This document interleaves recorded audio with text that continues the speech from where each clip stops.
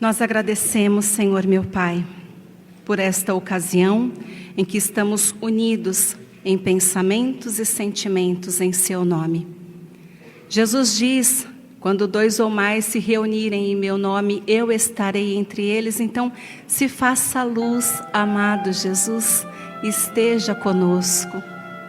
Que seja possível, Pai, sentir e ouvir os pensamentos de meu mentor Erasmo Gurgel no trabalho de hoje. Que tudo transcorra com paz e muita harmonia em nome de Jesus. Graças a Deus, graças a Jesus. A palestra de hoje tem como tema Depois da Morte. E nós iniciamos com o livro Céu e o Inferno, onde Allan Kardec, no capítulo 1, diz que o homem, ele tem 3 alternativas. Ele pode acreditar no niilismo, na absorção do todo universal, ou então na individualidade da alma. Crer no niilismo é crer no nada. Quando o homem se concentra e concentra todos os seus pensamentos apenas na vida presente, na vida atual, porque ele realmente não espera nada do futuro. Ele acredita que quando nós morremos, nós simplesmente acabamos. Isso vai ser um estímulo ao egoísmo, porque ele vai tentar aproveitar ao máximo toda a vivência dele enquanto ele está encarnado. Mas isso não é nem um pouco positivo, porque desta maneira, com tanto egoísmo, ele rompe todos os laços de fraternidade e de solidariedade. Segunda opção, crer na absorção do todo universal. É quando a pessoa já tem uma crença do princípio inteligente fora da matéria. Ele acredita que ao nascer, a pessoa vai assimilar uma quantidade do princípio inteligente que está no todo universal. Este princípio inteligente vai formar a sua alma, a sua inteligência e os seus sentimentos. Mas, quando o indivíduo morre, este princípio inteligente volta ao todo universal e se perde no infinito. Portanto, ele perde a sua individualidade. É como se ele nunca tivesse existido. Ele não tem a conservação do eu. A terceira alternativa é crer na individualidade da alma, e é nisso que nós cremos. Nós acreditamos que com a morte apenas o corpo físico será destruído e a nossa alma, o nosso espírito é eterno, continua existindo com toda a sua bagagem de virtudes e de conhecimentos que foram adquiridos nesta existência e em outras. Desta maneira, nós acreditamos que o destino do homem depois da morte estará inteiramente ligado às qualidades desta pessoa e também à responsabilidade dos seus atos. Pensemos que se todos nós temos escolha entre o bem e o mal, o nosso destino depois da morte estará diretamente relacionado a estas escolhas. Se eu optei pelos bons caminhos, isso me levará a determinado local depois da minha morte. Mas se eu estive ligada à maldade e vícios, isso determinará para mim um outro local depois da minha morte. No livro O que é o Espiritismo? Allan Kardec traz para nós também outras informações importantes, dizendo que o homem, ele é composto por 3 elementos essenciais, que nós escutamos sempre aqui na casa e em outras. Então, o homem que é composto pelo espírito ou pela alma, que é o princípio inteligente do qual nós falamos anteriormente. Ele formará a nossa vontade, o nosso pensamento e também o nosso senso moral. Mas temos também o corpo físico. este corpo físico que é o envoltório material do espírito e que permite ao espírito o contato com o mundo exterior. Existe o perispírito, que é o invólucro fluídico.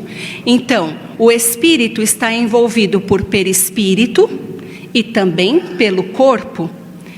Este perispírito, ele é o laço de união entre o espírito e o corpo. Com a morte, ocorre a destruição do corpo físico, mas a alma ou espírito permanecerá ligada ao perispírito, que permite a este espírito percorrer o espaço com a rapidez do seu pensamento. Nós sempre falamos, determinada pessoa desencarnou, quanto tempo leva para se desprender? O desprendimento é a separação entre o corpo e a alma. Este desprendimento, ele é gradual e é variável a velocidade deste desprendimento. Vai depender de cada pessoa e também da causa da morte. Estes laços que unem o espírito ao seu corpo, eles vão se romper com uma velocidade variável e será mais lenta quanto mais a pessoa teve uma vida material e sensual. Porque se nós somos muito ligados à matéria, depois da nossa morte, nós iremos desejar permanecer ligados ao nosso corpo físico. E é por isso que diversos escritores dizem que a pessoa pode permanecer ligada a este corpo, sentindo inclusive todas as etapas da decomposição deste corpo. Ele pode permanecer ligado a este corpo durante a ocorrência do seu velório, seu enterro. Pode sim permanecer por meses e até anos. Então, quanto mais estivermos raciocinando sobre a vida espiritual, quanto mais tivermos comportamentos elevados, nos preocupando com o bem do nosso próximo, mais nós nos despojaremos de toda esta necessidade que está ligada à matéria e poderemos então ter um desprendimento mais rápido e tranquilo. Allan Kardec ainda fala para nós que existem espíritos de todos os graus de inteligência e de moralidade, mas de qualquer forma, todos os espíritos têm a mesma origem e o mesmo destino. Todos criados simples e ignorantes, todos destinados à perfeição. Ainda diz que todos apresentarão reflexos da vida corporal, porque eles vão continuar apresentando as mesmas virtudes que tinham enquanto encarnados e também os mesmos vícios. É daí que nós dizemos que aquela pessoa que gostava de fumar enquanto estava encarnada, ela ainda vai ter o mesmo desejo enquanto espírito.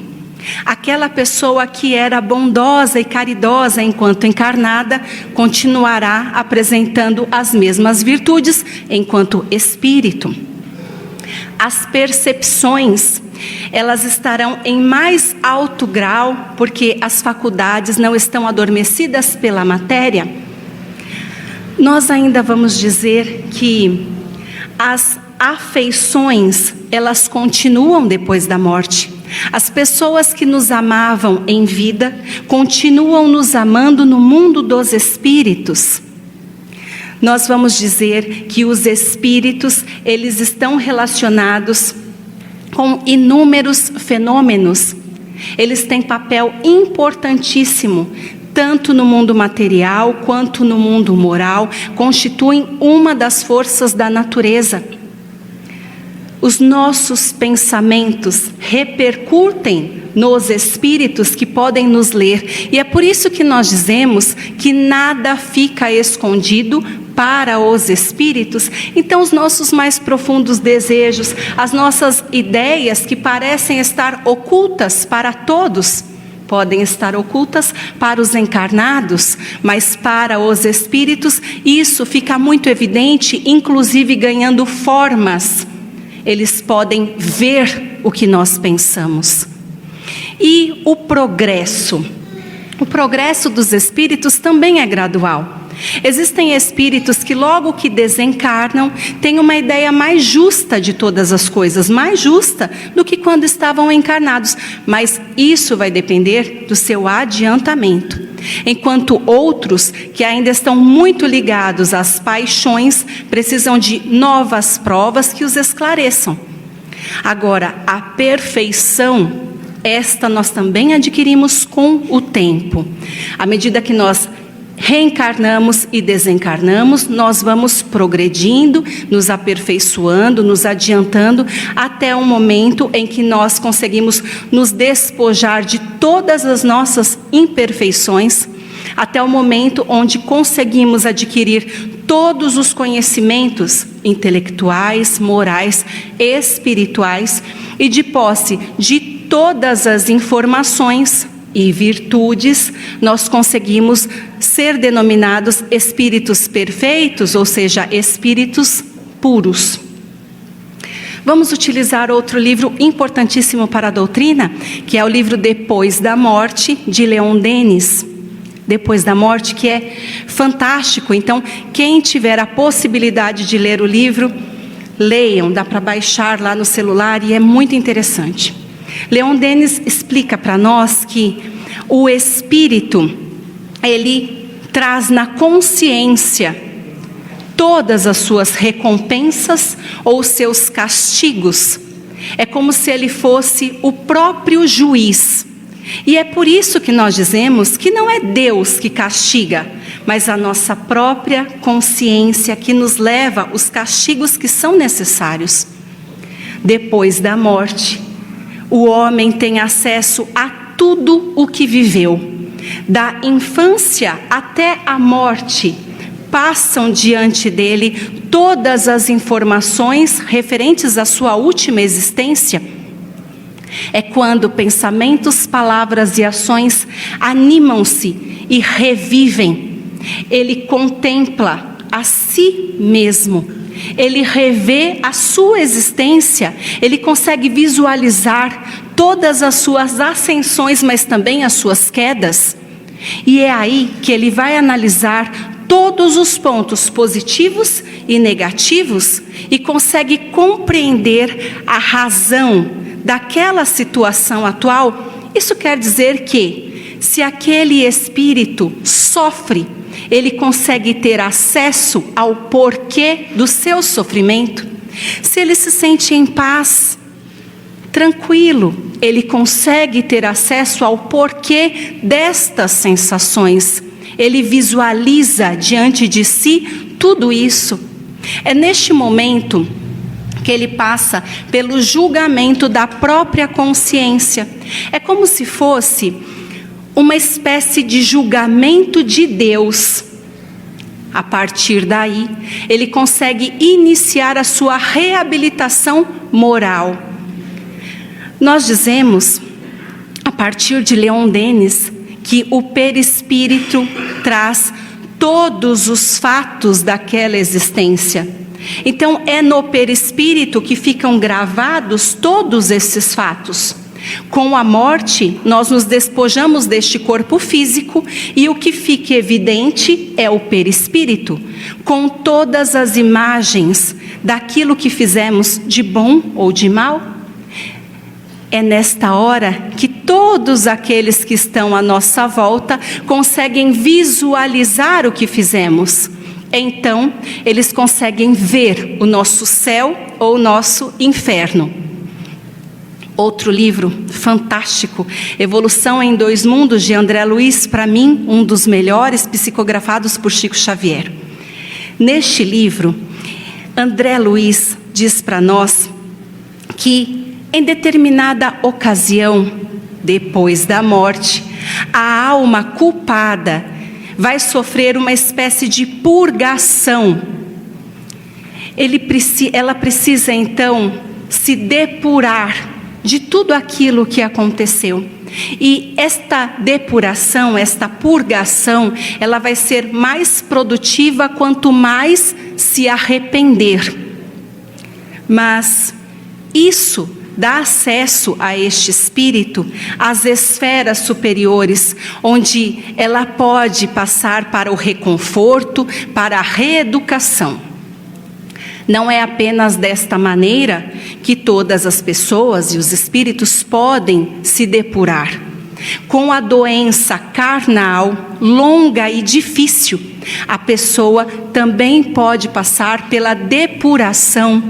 Isso acontece quando, a partir das aflições suportadas pacientemente, ela consegue modificar as suas sensações e as suas ideias. É por isso que quando a gente está observando um paciente, eu sou da área da saúde, então inevitavelmente me vem à mente inúmeros casos onde as pessoas estavam restritas ao leito. Inúmeros pacientes durante esses 20 anos chegaram queixosos, dizendo: por que eu sofro dessa maneira? Por que me encontro nesta situação? Onde estou aqui, paralisada na cama, impossibilitada de sair daqui para me alimentar ou tomar um banho? Por que eu sinto tantas dores? E a gente fala: ora, conversa com Deus. Pede para que os instrutores, para que os amigos espirituais, os mais elevados espíritos, possam te acalmar, mas não reclama. Porque quando a gente aceita pacientemente, apesar de todos os infortúnios, é como se tudo isso se abrandasse e tudo isso se abreviasse. E desta maneira ela vai passar pela depuração, que é o bálsamo para ela. Ela vai conseguir depurar. Mas, voltando ao nosso estudo, André Luiz ainda diz que os criminosos, depois da morte, pelo arrependimento, eles plasmam em torno de si as cenas que arruinaram suas vidas. Então também vai ser uma forma de depuração, porque ele vai conviver com essas cenas por muito tempo, até que ele realmente consiga se libertar de tudo isso. É como se fosse um inferno. André Luiz diz que inferno ele define como um imenso cárcere hospital, com todas as doenças que são catalogadas por nós e inúmeras doenças que são desconhecidas do homem. Elas são provenientes de desequilíbrios no corpo espiritual. E estes desequilíbrios no corpo espiritual, eles são como larvas mentais com efeito corrosivo e alucinatório. Então vejam, é uma situação imensamente delicada para o espírito ficar num local de tanto sofrimento e de tanta dor. Daí ele consegue a depuração. Quando este espírito, ele consegue revelar os primeiros sinais de renovação para o bem, as esferas superiores registram este auxílio que os espíritos de luz devem fazer. E este espírito, ele é acolhido como um doente. Naquele momento apropriado, ele vai conseguir ter serenidade de rever todos os compromissos que foram assumidos por ele, lá no seu planejamento reencarnatório, dos quais ele abriu mão. Aqueles que ele deixou de lado para se comprometer com atos levianos, ele consegue observar os sofrimentos dos quais ele foi responsável.